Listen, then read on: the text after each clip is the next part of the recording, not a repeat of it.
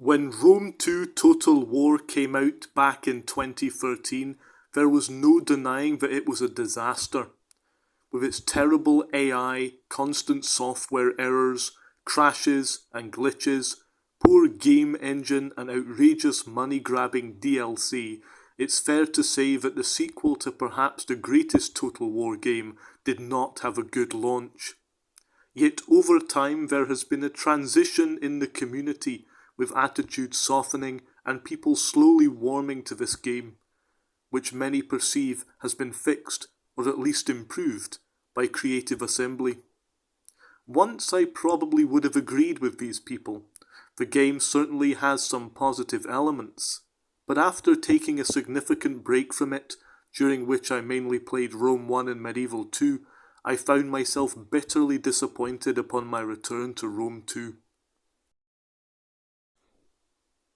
I think that the softening of public attitude towards this game is a mere manifestation of the historical fans' coping mechanism designed to avoid a complete crisis of confidence in a game studio which once pandered to us but is now seemingly focused on endless Warhammer remakes, trashy saga games, and fake historical games that are really little more than DLC expansion packs packaged up as real games with massive price tags. Anyway, today I'm here to talk about the exhausting and depressing experience that playing Rome 2 is.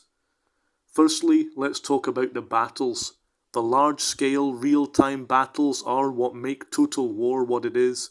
It is the battles that makes the series stand out, and better than other series, which focus on the campaign. Yet in Rome 2 the battles are atrocious. First, let's start with the unit cards. This has been talked about a great deal, but still the problem remains.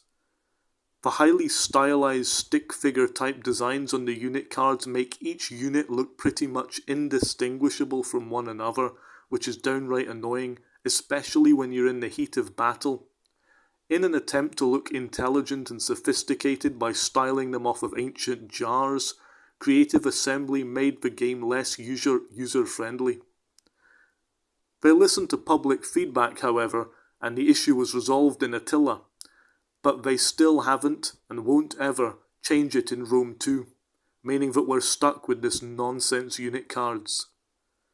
Talking of indistinguishable units, every unit for every faction wear roughly the same boring colours, and unless you zoom right in, which is very difficult to do in the heat of a fast-paced battle, every unit tends to look the same.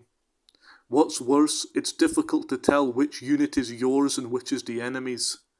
The fact that every unit is roughly the same colour and behaves in a very similar way makes it highly difficult to assess the situation at a glance, which is key in fast-paced battles.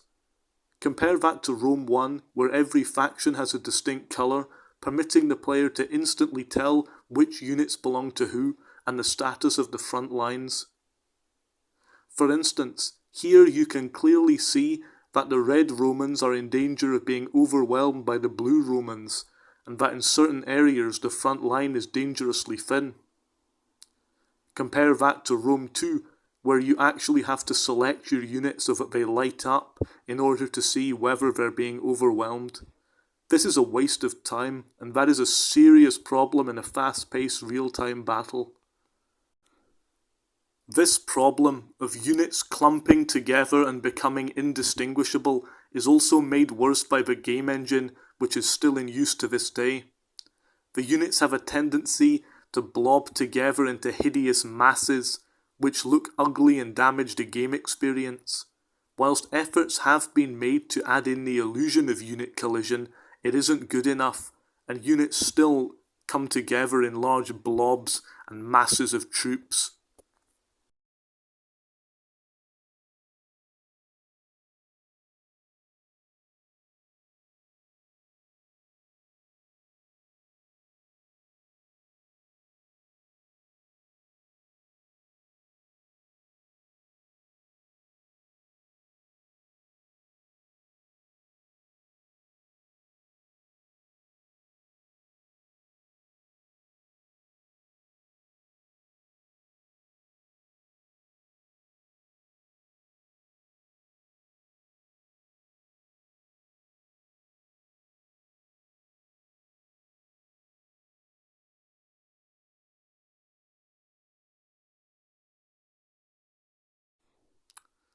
Furthermore, in Rome 2, cavalry just feels weak and underpowered.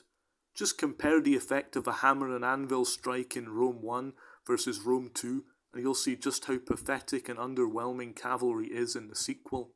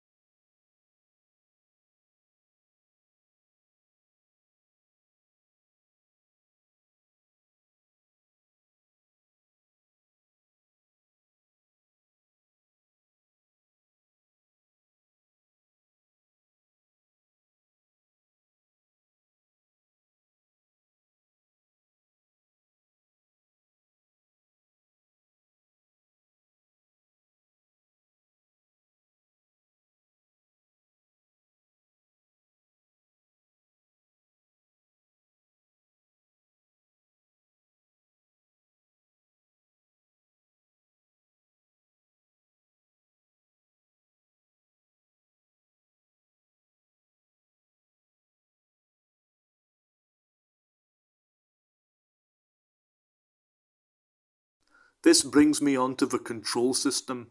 Everything feels slow and clunky and unresponsive. It takes ages for units to respond to orders, and when they do, they don't stick together but just split off into loose bands. This is most pronounced with cavalry, which can at times feel virtually uncontrollable. Then there's the fact that when ordering your units to advance, they break the formation you spent time making and walk into one long line. Like seriously, who wanted that? If you want to put your troops into one long line, which no one ever does, then it's easy enough to do so. Why make them break formation just to advance them? Let's talk about multiplayer battles. Unlike in Rome 1 or Medieval 2, the best multiplayer mode, the FFA, is once again missing. Why? I have honestly no idea. This means that the only team battles or one-on-ones are possible. Secondly, whilst I like good graphics as much as anyone, Rome 2 goes overboard, especially in siege battles. There's always someone whose computer can't handle the game and it results in frequent lagging and freezing. Obviously, we should not hold games back due to the fact some people have potato PCs, but the sheer number of players who are unable to run the game without significant lag suggests that it's just too intensive. And at the end of the day, I'd rather have a smooth, responsive and lag-free game as opposed to beautiful wall textures or lovely trees. And finally, let's talk about the removal of the text chat. I think this may have had something to do with a law that my terrible government brought in, but whether it's the fault of the UK government or Creative Assembly, there's no denying that the removal of the text chat has completely ruined team-based battles, especially sieges. How are you supposed to work together as a team and win if you cannot even talk to one another? Madness. The end result of this is that Rome 2's battles are tedious and quite frankly exhausting experiences, and that should never be the case in a video game. A game should never feel like an exhausting day at the office. It should be fun, dynamic, exciting and smooth.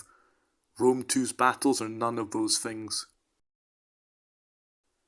And that's the key to why Rome 2 is so bitterly disappointing to me. Sure, its campaign is pretty decent, although it too suffers from heavy lag, crashing and freezing during the late game, with hitting end turn taking upwards of a minute to process. But at the end of the day, I don't play Total War for its campaign. There are plenty of games out there with much better campaigns than Rome 2. No, the reason I play any Total War game is the battles, and in Rome 2 the battles are unplayable. And that means that the game as a whole, to me at least, is rubbish.